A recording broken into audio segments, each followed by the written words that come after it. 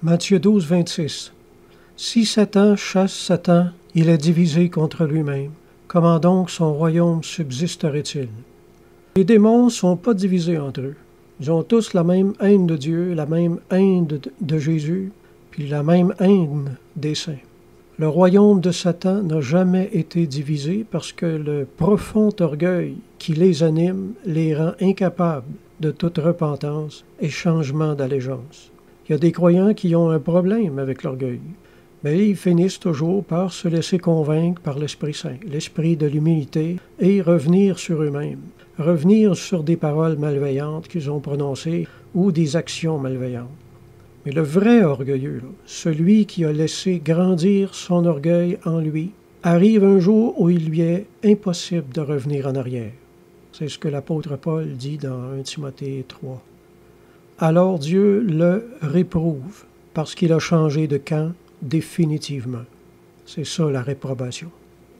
C'est ça la perte du salut, si vous voulez le savoir. Ce sont les gens les plus dangereux dans l'Église.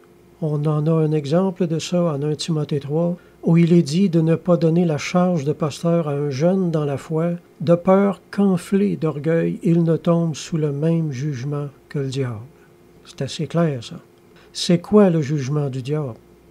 Quand il s'est élevé par orgueil, il a été destitué de sa position qu'il avait dans le ciel, il a été réprouvé pour l'éternité sans aucune possibilité de retour. Le diable a perdu son salut. Puis si c'était possible au plus beau, au plus grand des anges, c'est possible pour nos petits nonos de chrétiens ici sur la terre, là. C'est possible pour chacun de nous. Quand l'orgueil a atteint le point de non-retour, c'est à ce moment-là qu'il est en danger de commettre le blasphème contre le Saint-Esprit. Puis à tous ceux qui touchent à son orgueil de quelque façon que ce soit, cette personne-là devient son ennemi personnel. Ça peut aller très loin, ça. Ça peut durer très, très, très longtemps. Comme les pharisiens ici, ils se mettent à nuire à des personnes, puis à des ministères vraiment envoyés de Dieu. Ils sont des ennemis de Dieu dans l'Église, des ennemis de son œuvre.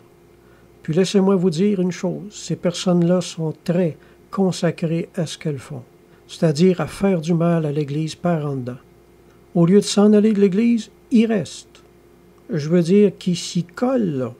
Il n'y a pas moyen de s'en débarrasser de ces gens-là. Ils font du mal à l'Église, puis c'est tout, c'est leur ministère, eux autres. Alors que vous soyez pasteur ou non, quand quelqu'un viendra vous dire que vous avez un problème d'orgueil, vous êtes bien mieux d'y prêter attention, vraiment spécialement, parce que si c'est vrai, là, si Dieu est obligé de vous envoyer quelqu'un pour vous le dire, premièrement, c'est parce que l'orgueil est déjà tellement progressé en vous, là, que Dieu ne peut plus vous parler. Vous êtes devenu sourd et aveugle, puis pas très loin de ce qu'on vient de parler.